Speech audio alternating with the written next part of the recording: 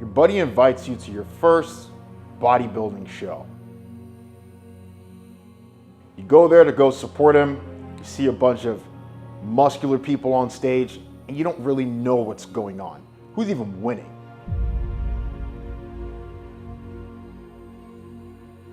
How does a bodybuilding show actually work?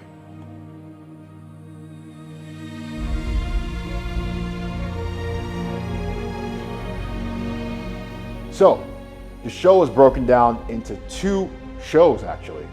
It's number one, the pre-judging, and two is the finals. The pre-judging segment is usually the main chunk of the show where judging occurs.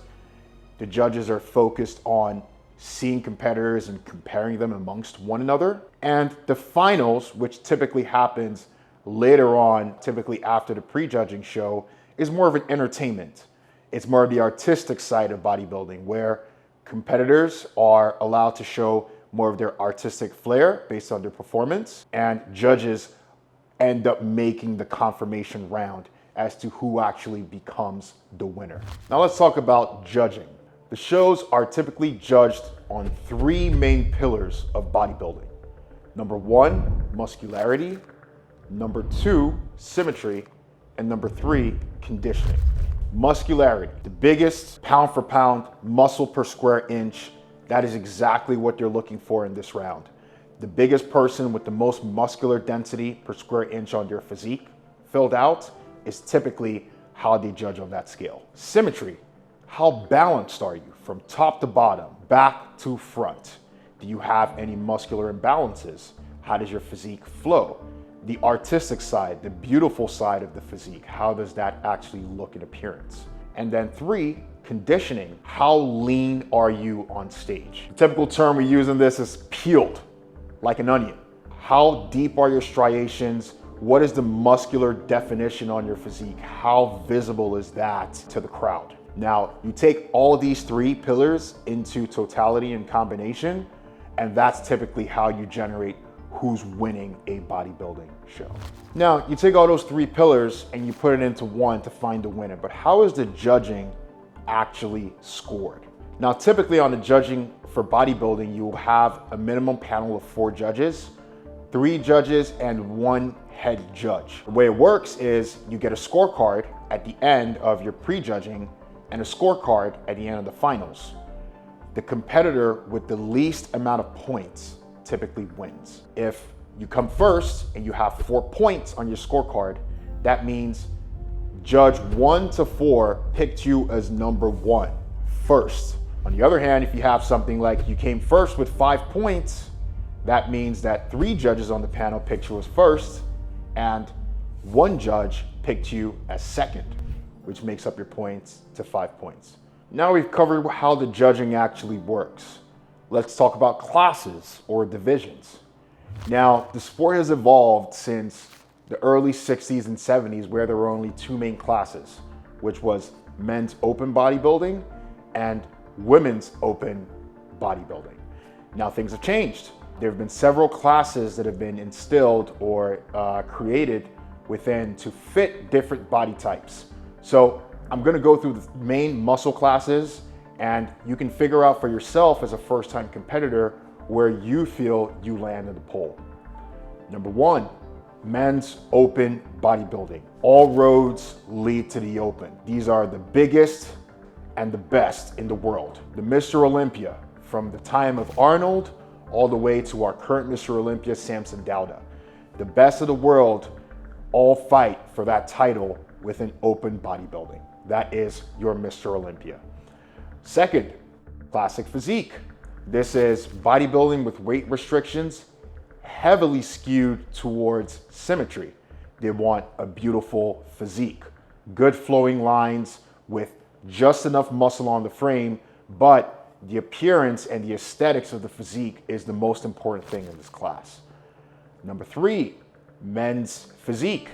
Now think of a beach body. Judging is a little bit different from your standard bodybuilding classes. They want a model-esque look. So a guy with a good appearance, good back, good chest, good set of abs. And of course, you present that all in a package where this is someone that you could see potentially on a TV show doing Baywatch. So that's typically for the men's classes. For the women's, same thing. All roads lead to the open.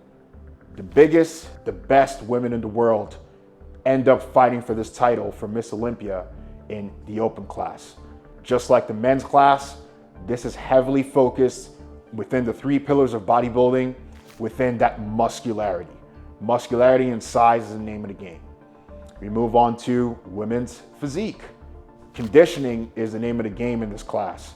So limited muscular size or muscularity combined with extreme conditioning and putting that all in a package where it still flows with good symmetry. That's where you typically find within the women's physique class. And then finally, I'm going to touch on here women's wellness. Judged a little bit differently than the 2 classes above. We're looking at extreme lower body development with a very, very light build on top. Focused on squats in the gym, glute raises, things of that nature. And then the build of muscularity on top is just slightly there, but heavily skewed in terms of balance. So there's a heavy imbalance between the lower and the upper body. And then women's bikini is going to be the counterpart to the men's physique division, where it's that model-esque look. You want very little conditioning, but with a good symmetry, good lines, and the muscularity should be mild as well. So you take all these 4 classes for the women's, you take the 3 main that I picked up in bodybuilding for the men's, and you look at your physique and where you want to end up. Do you want to be Mr. Olympia, like Samson Dauda? Or do you want to go into the men's physique route and be like a Sadiq Hatzovic? The choice is yours, and I wish you good luck on your journey. How do you actually make it to the Olympia starting out? So let's talk about the different tiers of bodybuilding competition. So we'll start with your local or regional, typically housed within different counties, multiple within the states that you're currently living in. This is your first timers. They typically will find themselves at this show. If you're able to win your class at one of these shows, that typically will qualify you for a national level show. Now, going to nationals, this is in the US, we have 4 national shows. We have the Mr. USA's, we have the North Americans, which I won, we have the nationals, and of course we have the Mr. Universe. Now, winning your class at one of these shows typically will earn you your professional status, your IFBB Pro status. Now you gotta compete in pro level shows. Now there are different pro level shows around the world, a couple in the US as well in different states. To qualify to get to the Olympia, you have to win a pro level show. So just for myself, to give you guys a little bit of context for my personal journey, I'm still climbing that mountain. I earned my professional status at the North American Championships, and now I'm on my journey to try and win a pro show in order for me to qualify to get to the Olympia. Once you get there, now you can fight for the title with the best of the best in the world, and someday, hopefully, you can call yourself Mr. Olympia. So how do you actually know when you're ready for your first bodybuilding competition? First thing, what does your physique actually look like? Typically, the average age you'll see for people, and when I mean age, I mean training age of how long you spent at the gym.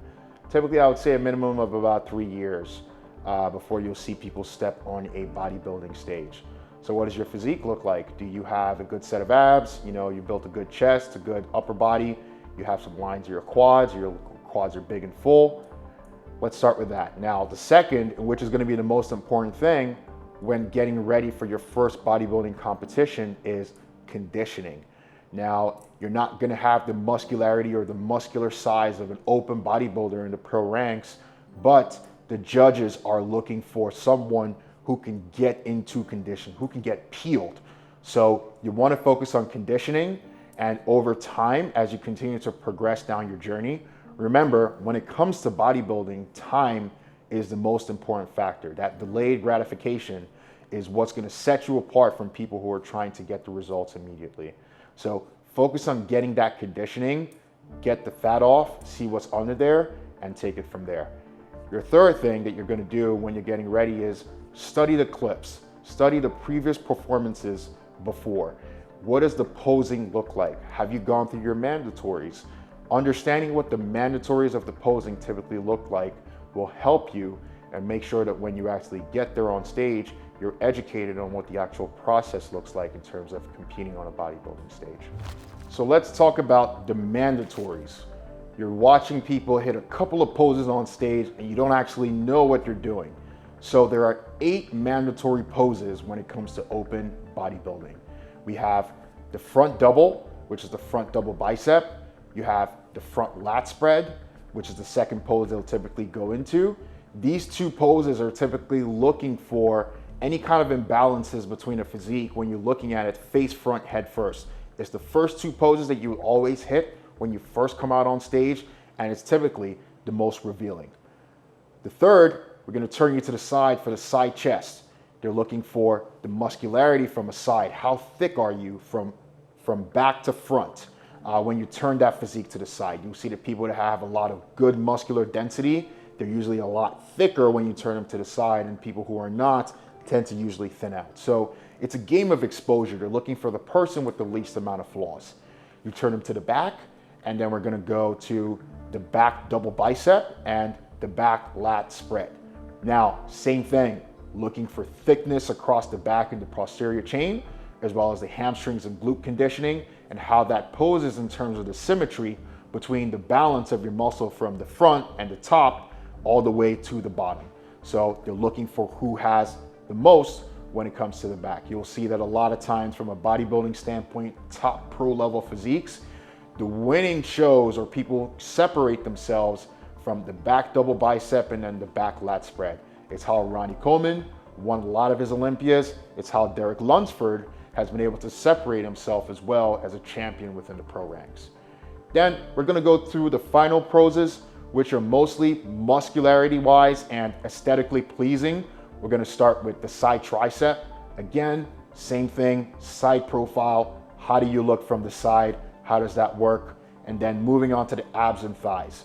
A complete midsection coupled with the lower body development. How does that look stacked up on a symmetrical scale? And then finally, the most muscular, the biggest, the freakiest, the best. That's what they're looking for in this pose. They're not looking for pretty, they're looking for the guy who can scare the little kid down the block. And that's typically how you go for your 8 poses. So typically the person that wins most of these shots in the round, based on the 3 pillars of bodybuilding judging, is typically the person that ends up winning the bodybuilding show. So now when your buddy invites you over to come watch his first bodybuilding show, you know what's going on. You know how it's structured, you know how it works. And the first time that you actually want to compete, you actually know what you're getting into. If you're trying to get yourself just to look good and do it for the first time, or you're going to take it all the way to the pro ranks. You understand what that journey kind of looks like now with this video. So with all of this, I hope this really helps you. If you have any questions when it comes to competing, the format, the style, or the differences, drop it in the comments below and make sure you're tuned in with Animal and myself, and we'll be sure to answer those questions for you in more upcoming videos. Thanks.